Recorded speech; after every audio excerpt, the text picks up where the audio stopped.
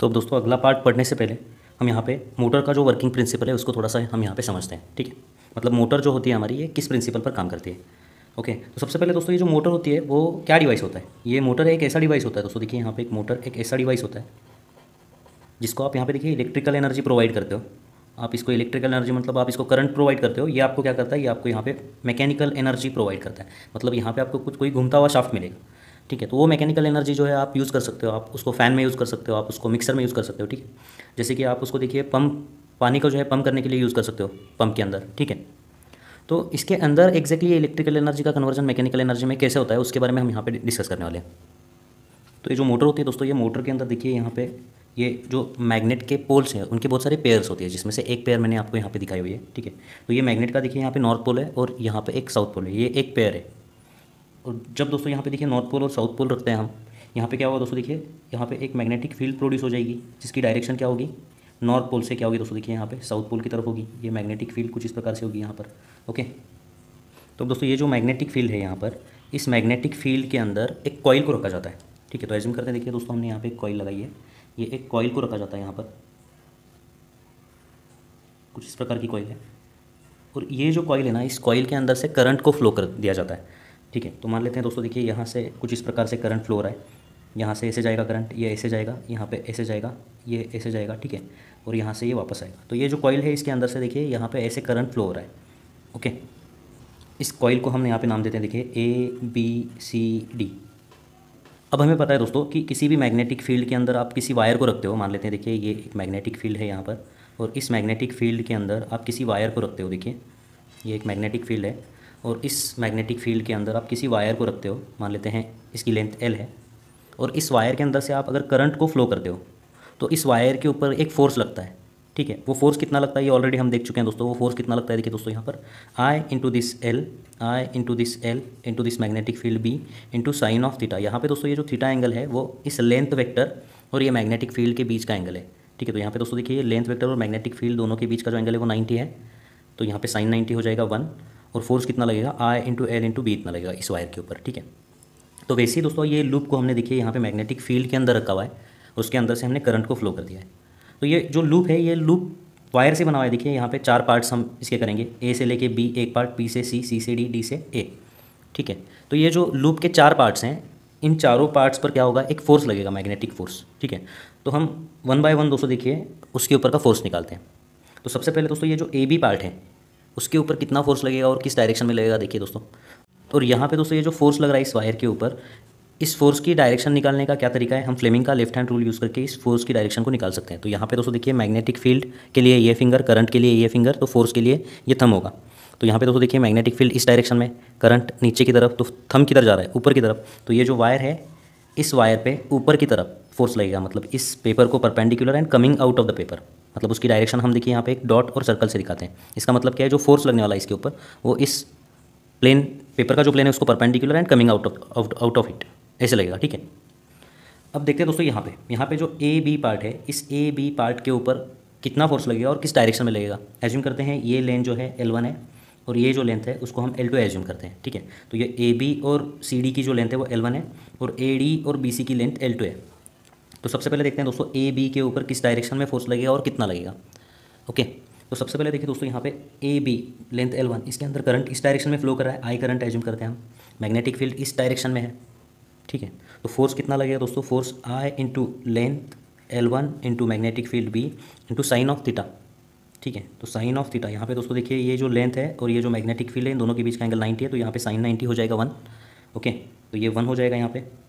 तो I into L1B हो जाएगा, ये फोर्स ऑन AB के ऊपर कितना फोर्स लगेगा, यहाँ पे इतना फोर्स लगने वाला है। और किस डायरेक्शन में लगेगा दोस्तों, देखिए यहाँ पे उसके लिए हम फ्लेमिंग का लेफ्ट हैंड रूल यहाँ पे यूज़ करेंगे। तो मैग्नेटिक फील्ड देखिए इस डायरेक्शन में, मैग्नेटिक फील्ड इस डायरेक्शन में, करंट देखिए इस डायरेक्शन में, करंट इस डायरेक्शन में, तो थंब ऊपर की तरफ जा रहा है। तो ये जो पार्ट है वायर का, इसके ऊपर इस डायरेक्शन में एक फोर्स लगेगा, ये magnetic force, force on AB, ठीक है। अब दोस्तों ये जो CD पार्ट है, CD पार्ट, ठीक है, उसके ऊपर कितना फोर्स लगेगा हम यहाँ पे देखते हैं। तो फोर्स ऑन CD क्या होगा दोस्तों, देखिए करंट I इंटू ये length L1, okay, into magnetic field B into sine of, यहाँ पे भी दोस्तों देखिए इन दोनों के बीच का जो एंगल है वो 90 है, तो साइन ऑफ 90 हो जाएगा 1। तो ये फोर्स लगेगा दोस्तों किसके ऊपर, इस वायर के ऊपर। और उसकी डायरेक्शन कैसे निकालोगे दोस्तों, फ्लेमिंग का लेफ्ट हैंड रूल आप यूज़ कर सकते हो। तो यहाँ पे दोस्तों देखिए मैग्नेटिक फील्ड इसी डायरेक्शन में, मैग्नेटिक फील्ड इसी डायरेक्शन में, लेकिन अब दोस्तों करंट जो है उस डायरेक्शन में फ्लो कर रहा है, ठीक है। तो ये आपको उस डायरेक्शन में ऐसे करना होगा, मैग्नेटिक फील्ड इधर, ठीक है, करंट उस डायरेक्शन में, तो अंगूठा किधर जा रहा है, नीचे की तरफ। तो ये जो सी डी पार्ट है यहाँ पे नीचे की तरफ फोर्स लगेगा, ये फोर्स ऑन सी डी, और वो कितना लग रहा है दोस्तों, इतना लग रहा है आई एल वन बी, ये भी आई एल वन बी है। तो जितना फोर्स ऊपर की तरफ लग रहा है उतना ही फोर्स नीचे की तरफ लग रहा है यहाँ पर, ठीक है। अब बात करते हैं दोस्तों ये बी सी पार्ट के ऊपर कितना फोर्स लगेगा। तो दोस्तों अगर आप बी सी पार्ट को ध्यान से देखोगे तो ये जो बी सी पार्ट है इसके अंदर जो करंट फ्लो कर रहा है वो उसकी डायरेक्शन क्या है, देखिए मैग्नेटिक फील्ड की डायरेक्शन ये है यहाँ पर, ठीक है। और करंट की डायरेक्शन उसी को पैरेलल है, एंटी पैरेलल बोल सकते हो, अपोजिट डायरेक्शन में फ्लो कर रहा है, मतलब मैग्नेटिक फील्ड इस डायरेक्शन में है यहाँ पर, और जो करंट है वो करंट इस डायरेक्शन में है। तो दोनों के बीच का जो एंगल है वो कितना है यहाँ पे 180 है। तो फोर्स कितना लगेगा इसके ऊपर, फोर्स कितना लगेगा, force on B C, force on B C will be equal to what, how much, current I into length L2, okay, into magnetic field B into sine of theta. अब दोनों के बीच का एंगल कितना है 180 है, तो साइन 180 क्या होता है दोस्तों, साइन 180 होता है 0। तो ये आई L2 B इंटू 0 क्या हो जाएगा 0। मतलब दोस्तों इसका मतलब क्या है, जो बी सी पार्ट है, ये जो बी सी पार्ट है इसके ऊपर कोई फोर्स नहीं लग रहा है, इसके ऊपर कोई फोर्स नहीं लग रहा है, ठीक है। अब बात करते हैं दोस्तों ये जो ए डी पार्ट है। अब ए डी पार्ट आप बोलोगे यहाँ पे कट है, तो ये छोटा सा पार्ट होता है, तो इसीलिए दोस्तों ये जो ए डी पार्ट है इसको हम कंप्लीट एज्यूम करेंगे, ठीक है। तो ये जो ए डी पार्ट है इसके अंदर देखिए करंट इस डायरेक्शन में फ्लो कर रहा है, एज्यूम करो कि आप ये कंप्लीट है ए डी, ठीक है। ये बहुत ही छोटा होता है, निग्लिजिबल एज्यूम कर सकते हो इसको। तो ये ए डी जो है ये इस डायरेक्शन में करंट फ्लो कर रहा है, मतलब देखिए यहाँ पर करंट की डायरेक्शन भी सॉरी मैग्नेटिक फील्ड की डायरेक्शन ये है, और करंट की डायरेक्शन भी वही है, मैग्नेटिक फील्ड की डायरेक्शन में ही यहाँ पे करंट है। तो दोनों के बीच का जो एंगल है वो एंगल कितना होगा दोस्तों यहाँ पे 0। तो इन दोनों के बीच का एंगल 0 है। तो फोर्स क्या होगा दोस्तों, ए डी के ऊपर फोर्स कितना लगेगा दोस्तों, यहाँ पे देखिए ए डी के ऊपर जो फोर्स लगेगा I into this length L2 into magnetic field B into sine of theta, theta कितना है यहाँ पे 0 है, तो साइन 0 क्या होता है दोस्तों 0 होता है। तो ये पूरा जो पार्ट है वो 0 हो जाएगा। So force on A D will be also equal to 0। तो अब दोस्तों ये जो लूप है इस लूप के पास अगर आप ध्यान से देखोगे तो ए डी पार्ट जो है, देखिए यहाँ पे जो ए डी पार्ट है ये, इसके ऊपर कोई फोर्स नहीं लग रहा है। बी सी पार्ट जो है यहाँ पर, ये बी सी पार्ट के ऊपर भी कोई फोर्स नहीं लग रहा। लेकिन जो ए बी पार्ट है और जो सी डी पार्ट है, तो ए बी पार्ट के ऊपर इस डायरेक्शन में एक फोर्स लग रहा है, फोर्स मैग्नेटिक फोर्स, और सी डी जो पार्ट है वहाँ पे इस डायरेक्शन में एक फोर्स लग रहा है, ओके। तो क्योंकि दोस्तों ये जो फोर्स है, ये जो फोर्सेस है देखिए ये इनकी लाइन ऑफ एक्शन अलग अलग है। अगर ये सेम लाइन पे लाई करते, मतलब एफ एम देखिए ये ऊपर की तरफ का जो फोर्स है और नीचे की तरफ का जो फोर्स है वो एक ही लाइन के ऊपर होते हैं, तो यहाँ पे कोई टॉर्क नहीं लगता। लेकिन यहाँ पे दोस्तों देखिए ये जो फोर्स है और ये जो नीचे वाला फोर्स है इनकी लाइन ऑफ एक्शन अलग है, मतलब दोनों के बीच कोई डिस्टेंस है। तो अगर दोनों के बीच कोई डिस्टेंस होगा तो यहाँ पे टॉर्क लगेगा, मतलब ये कॉइल क्या करेगी, घूमेगी यहाँ पर, ठीक है। तो इसी वजह से दोस्तों ये जो कॉइल है, इस कॉइल के अंदर से आप करंट को फ्लो करते हो, तो इसका जो ये पार्ट है इसके ऊपर इस डायरेक्शन में फोर्स लगता है और ये जो पार्ट है वहाँ पे इस डायरेक्शन में फोर्स लगता है। इसी वजह से ये जो कॉइल है वो कॉइल घूमती है और यहाँ पे मैकेनिकल इफेक्ट प्रोड्यूस होता है। और यहाँ पे आपने लगाया होता है एक शाफ्ट, इसको आप शाफ्ट से कनेक्ट कर सकते हो। तो जैसे ही ये घूमेगा दोस्तों यहाँ पे शाफ्ट भी घूमेगा। तो ये कंटिन्यूस प्रोसेस चलती रहती है, जैसे आप करंट फ्लो करते हो कंटिन्यूस प्रोसेस चलती रहती है और आपको यहाँ पे इलेक्ट्रिकल एनर्जी जो है वो मैकेनिकल एनर्जी में कन्वर्ट करके मिलती है, ठीक है। तो दोस्तों ये जो कॉइल है इस कॉइल के ऊपर जो टॉर्क लगने वाला है, यहाँ पे जो टॉर्क लगने वाला है ये फोर्स की वजह से, देखिए ये दो फोर्सेस की वजह से जो टॉर्क लगने वाला है वो टॉर्क कितना लगने वाला है वो हमें यहाँ पे कैलकुलेट करना है, ठीक है। तो अब बात करते हैं उसके बारे में। तो अब देखते हैं दोस्तों torque on a current loop, यहाँ पे जो करंट लूप रखा जाएगा उसके ऊपर कितना टॉर्क प्रोड्यूस होगा, ठीक है। तो सबसे पहले दोस्तों टॉर्क होता क्या है, इसको थोड़ा सा हम यहाँ पे रिवाइज करते हैं। तो टॉर्क दोस्तों यहाँ पे देखिए टाउलेटर से दिखाया जाता है, ये ऑलरेडी हम मैकेनिक्स में पढ़ चुके हैं। तो सपोज दोस्तों यहाँ पे कोई भी एक पार्ट है, मान लेते हैं यही पेन है, ये एक पेन है, ठीक है। इस पेन के ऊपर देखिए आप इस डायरेक्शन में अगर एक फोर्स लगाओ और उतना ही फोर्स यहाँ पे इस डायरेक्शन में लगाओ, ठीक है। तो ये जो पेन है, ये पेन देखिए कौन सा इफेक्ट प्रोड्यूस करेगा, यहाँ पे रोटेशनल इफेक्ट प्रोड्यूस करेगा ना, ये लीनियर मोशन तो नहीं करेगा। जितना आप इस डायरेक्शन में यहाँ पे फोर्स लगा रहे हो उतना ही फोर्स अगर आप यहाँ पे लगाओगे तो क्या होगा, ये रोटेशनल इफेक्ट प्रोड्यूस करेगा। मतलब यहाँ पे देखिए इस पार्ट के ऊपर एक टॉर्क लगने वाला है, ओके। और वो टॉर्क होता कितना है दोस्तों, this torque is equal to this force into इन दोनों के बीच का जो परपेंडिकुलर डिस्टेंस है, मान लेते हैं परपेंडिकुलर डिस्टेंस ये जो है दोनों के बीच का वो डी है, ठीक है। तो ये टॉर्क कितना होगा, फोर्स इंटू परपेंडिकुलर डिस्टेंस, ये टॉर्क इतना प्रोड्यूस होगा, ये टॉर्क का फॉर्मूला है, ठीक है। तो दोस्तों यहाँ पे जो कॉइल रखी जाएगी, मान लेते हैं ये वो कॉइल है, ठीक है। ये जो कॉइल रखी जाएगी ना यहाँ पर, मान लेते हैं ये लेंथ L1 है, ये जो लेंथ है L2 है, इसका नाम ABCD है, और इसके अंदर से अगर आई करंट को फ्लो कर दिया जाएगा, यहाँ पे देखिए इसके अंदर से अगर आई करंट को अगर दोस्तों फ्लो कर दिया जाएगा, ठीक है, तो इसके ऊपर जो टॉर्क लगने वाला है, वो टॉर्क का जो इक्वेशन आने वाला है दोस्तों, वो इक्वेशन होगा देखिए यहाँ पर tau is equal to this current I, ये करंट आई इंटू ए मतलब क्या दोस्तों, देखिए ये जो लूप है, इस लूप का एरिया, ये जो लूप है ना, देखिए यहाँ पे जो लूप है, इस लूप का एरिया, ये लूप अब रेक्टेंगुलर है, तो ये रेक्टेंगुलर का एरिया क्या होगा यहाँ पे L1 इंटू L2 हो जाएगा। तो ए क्या है यहाँ पे दोस्तों, एरिया L1 इंटू L2। इसके ऊपर का टॉर्क निकालने का फॉर्मूला मैं आपको यहाँ पे बता रहा हूँ। Torque will be equal to I मतलब करंट, ए मतलब इस लूप का एरिया, ओके, इंटू बी मतलब ये magnetic field, into sine of theta. अब दोस्तों यहाँ पे जो साइन ऑफ थीटा है वो क्या है, देखिए ये फॉर्मूला है दोस्तों, ये जो लूप है, इस लूप के ऊपर का जो टॉर्क लगने वाला है, वो टॉर्क निकालने का ये फॉर्मूला है। और यहाँ पे दोस्तों ये जो थीटा है, ये थीटा बहुत ही इंपॉर्टेंट है, आपको यहाँ पे ध्यान रखना है। ये थीटा क्या है दोस्तों, ये थीटा जो है ये ए और बी के बीच का एंगल है। ए मतलब क्या, एरिया। तो यहाँ पे क्योंकि दोस्तों ये घूमेगा तब एरिया जो है, एरिया का ओरिएंटेशन चेंज होता जाएगा। तो यहाँ पे दोस्तों एरिया जो है हमने वेक्टर एज्यूम किया है उसको, ठीक है। तो एरिया वेक्टर क्या होता है, उस प्लेन को परपेंडिकुलर होता है ना, ठीक है। तो यहाँ पे दोस्तों देखिए मैं ग्रीन कलर से दिखाता हूँ, एरिया वेक्टर, इसका जो एरिया वेक्टर है वो इस लाइन के अलोंग, उसको परपेंडिकुलर जो लाइन है उसके अलोंग लाया होगा ना। जैसे कि देखिए दोस्तों ये एक रेक्टेंगल है, तो इसका जो एरिया वेक्टर होता है वो इसके सेंटर लाइन में से अगर आप इसको परपेंडिकुलर निकालोगे तो इसके अलोंग होता है। तो यहाँ पे दोस्तों ये जो कॉइल है, ये जो एरिया है, इसका एरिया वेक्टर इसके अलोंग होगा।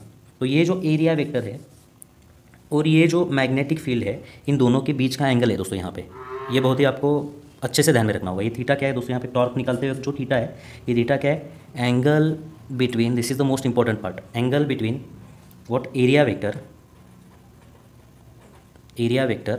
एंड मैग्नेटिक फील्ड, ठीक है। तो अब दोस्तों यहाँ पे देखिए इस पर्टिकुलर केस के लिए एरिया वेक्टर ऐसे, ओके, और मैग्नेटिक फील्ड ऐसे, मतलब दोनों के बीच का जो एंगल है वो 90 है। तो इस पर्टिकुलर केस के लिए दोस्तों टॉर्क का फॉर्मूला क्या बनेगा, देखिए ये फॉर्मूला आप यूज़ कर सकते हो, जनरल फॉर्मूला है। तो यहाँ पे थीटा की वैल्यू क्या है, एरिया वेक्टर और मैग्नेटिक फील्ड के बीच का एंगल 90 है, तो यहाँ पे 90 पुट करना है। तो दोस्तों आपको देखिए आई इंटू ए इंटू बी क्या हो जाएगा, साइन 90 इज़ 1। तो ये इतना टॉर्क लगेगा जब ये कॉइल जो है, इसकी पोजीशन जो है ऐसी होगी, तो इतना टॉर्क लगने वाला है यहाँ पर इसके ऊपर, ठीक है। तो दोस्तों ये फॉर्मूला आया कहाँ से, उसके बारे में अब हम यहाँ पर बात करते हैं। तो अब दोस्तों यहाँ पे देखिए केस नंबर 1 देखते हैं हम, जहाँ पे जो कॉइल है वो कुछ इस प्रकार से यहाँ पे ओरिएंट की गई है। ये कॉइल है, ठीक है, ये कॉइल का ओरिएंटेशन ऐसा है जैसे हमने पिछली फिगर में देखा हुआ था, ठीक है। तो ये ए है, यहाँ पे देखिए बी, सी और डी, और करंट जो है यहाँ पे देखिए यहाँ से अंदर जा रहा है ऐसे करंट, ये करंट की डायरेक्शन है। तो ये जो कॉइल है इसके ऊपर टॉर्क कितना लगेगा उसको हम यहाँ पे कैलकुलेट करने वाले हैं। तो 3 डायमेंशनल में तो आपको दोस्तों ऐसे दिखेगा ये। अगर 2 डायमेंशन में आप यहाँ से देखोगे इसको, तो आपको देखिए ये नॉर्थ पोल ऐसे दिखेगा, ये नॉर्थ पोल ऐसे दिखेगा, ये साउथ पोल आपको ऐसे दिखेगा, ठीक है। ये जो मैग्नेटिक फील्ड है, ये मैग्नेटिक फील्ड आपको देखिए इस डायरेक्शन में दिखेगी आपको ऐसे, ठीक है। ये जो मैग्नेटिक फील्ड है इस डायरेक्शन में दिखेगी, और ये जो कॉइल है, ये कॉइल आपको ऐसे दिखेगी। देखिए यहाँ पर ये जो कॉइल है आपको ऐसे दिखेगी ना, यहाँ पे ये ए और बी पॉइंट यहाँ पे दिखेगा आपको, और ये सी और डी पॉइंट यहाँ पे दिखेगा। सी आगे दिखेगा, डी उसके ऊपर पीछे दिखेगा, ओके। तो ये 3D व्यू है। अगर आप यहाँ से देखोगे तो आपको कुछ इस प्रकार से दिखेगा, ये नॉर्थ पोल है यहाँ पे और ये साउथ पोल है। अब दोस्तों इस कॉइल के ऊपर करंट को पास करने पर कितना टॉर्क लगेगा उसको हम यहाँ पे कैलकुलेट करते हैं। तो जैसे कि हमने पिछले पार्ट में डिस्कस किया दोस्तों, ये देखिए यहाँ पे AD और BC पार्ट के ऊपर कोई फोर्स नहीं लगेगा ना, no force on BC and AD। तो AD और BC के ऊपर कोई फोर्स नहीं लगने वाला है, क्योंकि करंट की डायरेक्शन और मैग्नेटिक फील्ड की डायरेक्शन, इन दोनों के बीच का जो एंगल है यहाँ पे 0 है, यहाँ पे 180 है। तो यहाँ पे BC और AD के ऊपर कोई फोर्स नहीं लगेगा, ठीक है। तो बात करते हैं दोस्तों AB के ऊपर फोर्स कितना लगेगा, फोर्स ऑन AB, ये ऑलरेडी हम देख चुके हैं दोस्तों कितना लगेगा। इसकी लेंथ L1 है, इसकी लेंथ L2 है। तो फोर्स ऑन AB कितना लगेगा दोस्तों, देखिए यहाँ पे L1 I into L1 into magnetic field B into sine of theta, sine theta कितना है दोस्तों, यहाँ पे थीटा की वैल्यू है 90, तो साइन 90 हो जाएगा 1। तो ये I into L1 into B इतना फोर्स लगेगा AB के ऊपर। और किस डायरेक्शन में लगेगा, यहाँ पे ऑलरेडी हम पिछले पार्ट में देख चुके हैं। यहाँ पे जो फोर्स लगेगा वो ऊपर की तरफ लगेगा ना, ऐसे ये फोर्स, मैग्नेटिक फोर्स ऊपर की तरफ लगेगा, ठीक है। तो अगर आप यहाँ से देखोगे दोस्तों तो फोर्स इस डायरेक्शन में लगने वाला है, कितना, AB, ये इतना फोर्स लगेगा ऊपर की तरफ। और जो CD के ऊपर जो फोर्स लगने वाला है दोस्तों वो कितना लगेगा, देखिए दोस्तों यहाँ पे लेंथ, ये करंट, सॉरी पहले तो current I into length L1 into magnetic field B into sine of, क्या होगा दोस्तों यहाँ पे साइन ऑफ 90 होगा, साइन 90 होता है 1। तो जो CD के ऊपर फोर्स लगने वाला है वो भी इतना ही होगा दोस्तों, I into L1 into B, sine 90 हो जाएगा यहाँ पे 1, ठीक है। और ये फोर्स किस डायरेक्शन में लगेगा ये भी हम देख चुके हैं दोस्तों, ये फोर्स इस डायरेक्शन में लगेगा ना यहाँ पर। तो ये फोर्स ऑन CD, तो यहाँ पर देखने पर फोर्स इस डायरेक्शन में लग रहा है दोस्तों, देखिए यहाँ पे फोर्स ऑन CD। और इन दोनों के बीच का जो परपेंडिकुलर डिस्टेंस है, परपेंडिकुलर डिस्टेंस कितना है दोस्तों, यहाँ पे L2 है। तो दोस्तों देखिए ये दो फोर्सेस यहाँ पर एक्ट हो रहे हैं, सेम फोर्सेस है। ऊपर जितना फोर्स एक्ट हो रहा है I into L one B, और नीचे जितना फोर्स एक्ट हो रहा है I into L one B, ये सेम है। ओके, तो दोस्तों यहाँ पे जो नेट फोर्स एक्ट होगा, नेट फोर्स इस कॉइल के ऊपर, वो नेट फोर्स जीरो होगा, क्योंकि ये फोर्स इसको कैंसिल आउट कर देगा। तो इस कॉइल के ऊपर नेट फोर्स तो जीरो लग रहा है, लेकिन दोस्तों क्योंकि ये दो फोर्सेस जो है इनके बीच कुछ परपेंडिकुलर डिस्टेंस है, तो यहाँ पे नेट टॉर्क जीरो नहीं होगा। नेट टॉर्क जो है वो जीरो नहीं होगा, क्योंकि दोस्तों यहाँ पे ये रोटेट करेगा ना इसको। ठीक है, तो दोस्तों जो टॉर्क होता है वो टॉर्क कैसे निकालते हैं हम ऑलरेडी देख चुके हैं। Force, this force into perpendicular distance है L2 यहाँ पर। तो फोर्स कितना है I L one B into L2। तो ये L1 इंटू L2 क्या होता है, L1 into L2 area of this loop. तो यहाँ पे एरिया पुट कर सकते हैं हम यहाँ पर। ठीक है, तो आई इंटू एरिया इंटू बी, इतना टॉर्क लगेगा दोस्तों। ठीक है, तो यही फॉर्मूला मैंने आपको यहाँ पे बताया था। देखिए ये जनरल फॉर्मूला है, किसी भी केस के लिए आप यूज़ कर सकते हो। तो इस केस के लिए ये जो एरिया वेक्टर है, इस एरिया वेक्टर और मैग्नेटिक फील्ड के बीच का जो एंगल है वो 90 है, इसीलिए दोस्तों यहाँ पे साइन 90 बन हो जाएगा। तो इस केस के लिए टॉर्क का फॉर्मूला इतना होगा ना, वही फॉर्मूला हमें यहाँ पे मिल चुका है।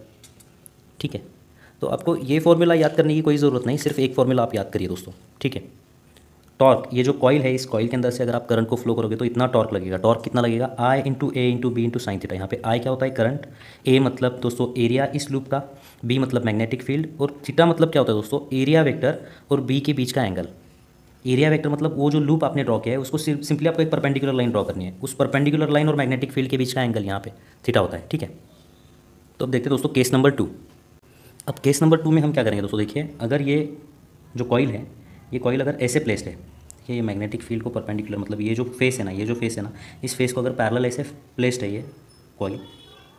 ठीक है, तो अब दोस्तों देखिए इसके ऊपर कितना टॉर्क लगेगा, इसको हम कैलकुलेट करेंगे। ठीक है, ये जो कॉइल है ये ऐसे प्लेस्ड है, देखिए ये ए बी, ये एज्यूम करते हैं सी डी, ये लेंथ है L1, ये जो लेंथ है वो L2 है।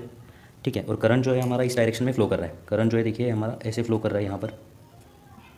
ओके, ये जो करंट है ऐसे फ्लो कर रहा है, तो इसके ऊपर कितना टॉर्क लगेगा ये हम कैलकुलेट करेंगे। तो सबसे पहले दोस्तों हम यहाँ पे देखिए बाय यूजिंग जनरल फार्मूला, सबसे पहले दोस्तों जनरल फार्मूला का यूज़ करके दोस्तों यहाँ पे देखिए हम इसके ऊपर का टॉर्क निकालेंगे। तो जनरल फार्मूला क्या है, किसी भी केस के लिए आप ये फार्मूला यूज़ कर सकते हो, torque is equal to I A B into sine theta. Theta क्या होता है, ए और बी के बीच का एंगल। ठीक है, तो यहाँ पे दोस्तों जो टॉर्क होगा वो टॉर्क क्या होगा, I into A into B into what sine theta, जहाँ पे थीटा मतलब क्या, एरिया वेक्टर और ये जो मैग्नेटिक फील्ड है इन दोनों के बीच का एंगल। तो यहाँ पे दोस्तों एरिया वेक्टर क्या होगा, देखिए ये प्लेन ऐसा वर्टिकल है, तो एरिया वेक्टर इसका देखिए सेंटर पॉइंट में से पास होगा और उसको परपेंडिकुलर, मतलब यहाँ पे जो एरिया वेक्टर है वो ऐसे है, और जो मैग्नेटिक फील्ड है वो उसकी डायरेक्शन भी ऐसी है, मतलब ये दो पैरेलल हैं। एरिया वेक्टर और मैग्नेटिक फील्ड के बीच का जो एंगल है यहाँ पे जीरो है। तो अगर थीटा इज इक्वल टू आप यहाँ पे जीरो पुट करोगे दोस्तों, तो आपको टॉर्क कितना मिलेगा, साइन जीरो होता है जीरो, तो torque will be equal to what, I into A into B into sine of zero. तो साइन ऑफ जीरो होता है दोस्तों जीरो, तो टॉर्क क्या होगा यहाँ पे जीरो होगा। तो जनरल फॉर्मूले का यूज़ करके दोस्तों हम यहाँ पे क्या किया, हमने यहाँ पे इसके ऊपर का टॉर्क निकाला है। अगर आप ऐसे कॉइल को प्लेस्ड करते हो तो टॉर्क जीरो होगा, मतलब ये कॉइल घूमेगी ही नहीं। यहाँ पर कॉइल को घूमने के लिए आपको उसको कुछ एंगल से प्लेस करना पड़ेगा यहाँ पर। अगर आप ऐसे वर्टिकल प्लेस करते हो तो ये घूमेगी ही नहीं, अगर theta is equal to zero है तो ये घूमेगी ही नहीं यहाँ पर। ठीक है, अब देखते हैं दोस्तों ये जनरल फार्मूला आया कहाँ से। इस जनरल फार्मूले का अगर आपको प्रूफ पूछते हैं तो केस नंबर 3 आपको लिखना है वहाँ पर। ठीक है, तो ये जनरल फार्मूले का जो प्रूफ है उसको हम यहाँ पे देखते हैं। तो अब केस 3 में देखते हैं दोस्तों प्रूफ ऑफ जनरल फार्मूला, ये टॉर्क का फार्मूला आया कहाँ से। ठीक है, उसके लिए हम दोस्तों यहाँ पे एक जनरल केस लेंगे, यहाँ पे नॉर्थ पोल और साउथ पोल, यहाँ पे एक मैग्नेटिक फील्ड कंसिडर करेंगे, और जो यहाँ पे जो कॉइल रखी गई है उसको हम ऐसे एज्यूम करेंगे। देखिए ये जो कॉइल है, वो कॉइल जो है उसको हम ऐसे एज्यूम करेंगे, यहाँ पर एज्यूम करेंगे कि ये जो कॉइल है, ये कॉइल ऐसे इंक्लाइन रखी गई है। ठीक है, मतलब अगर आप यहाँ से देखोगे तो आपको कैसे दिखेगा देखिए दोस्तों, ये नॉर्थ पोल, ये यहाँ पे, ठीक है, ये साउथ पोल, उनके बीच की जो मैग्नेटिक फील्ड है वो आपको ऐसे दिखेगी। ठीक है, और ये जो कॉइल है, ये कॉइल अब थोड़ी सी घूम गई है। ठीक है, ऐसी घूम गई है। यहाँ पे देखिए ये ए बी, ये ए बी ऐसे दिख रहा है आपको, यहाँ पे ये सी डी, तो यहाँ पे ये सी डी आपको ऐसे दिखेगा। तो ये थोड़ी सी घूम गई है ऐसे। ओके, ये करंट ऐसे फ्लो कर रहा है इसके अंदर से, ये जो करंट है देखिए ये ऐसे फ्लो कर रहा है।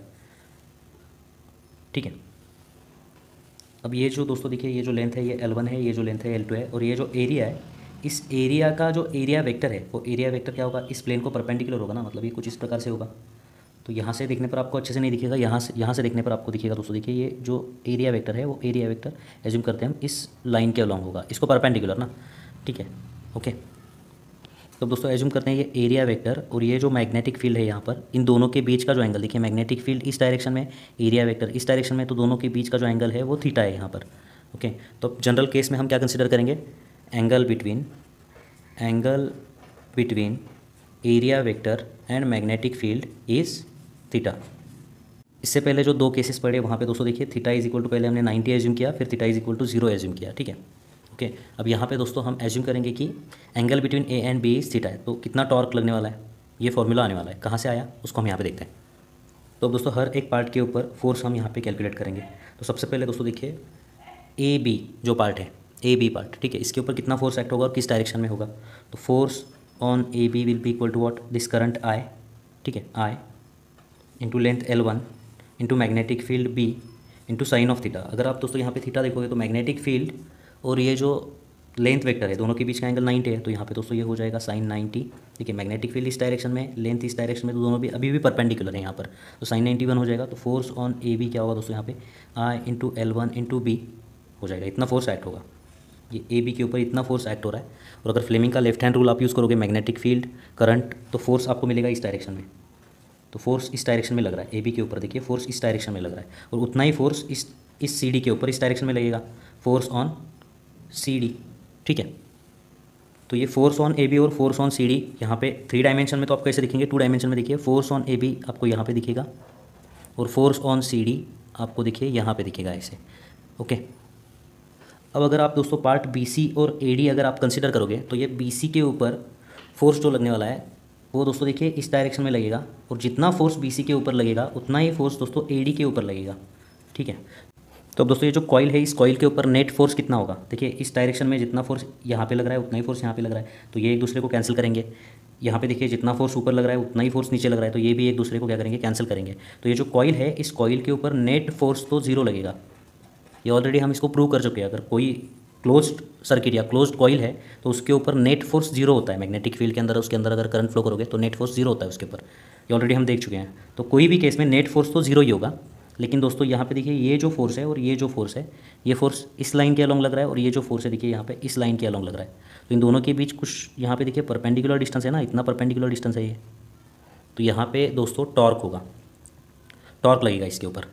वो टॉर्क कितना होगा, वो टॉर्क कितना होगा दोस्तों, देखिए यहाँ पे this force on A B, कोई भी एक फोर्स कंसीडर करिए आप, और ये डिस्टेंस, ये परपेंडिकुलर डिस्टेंस है ना दोनों के बीच का, ये परपेंडिकुलर डिस्टेंस है, तो एज्यूम करते हैं ये डिस्टेंस x है, तो यहाँ पे दोस्तों टॉर्क कितना लगेगा, this force into this perpendicular distance x। अब दोस्तों इस x को कैलकुलेट करते हैं और उसको यहाँ पे पुट करते हैं।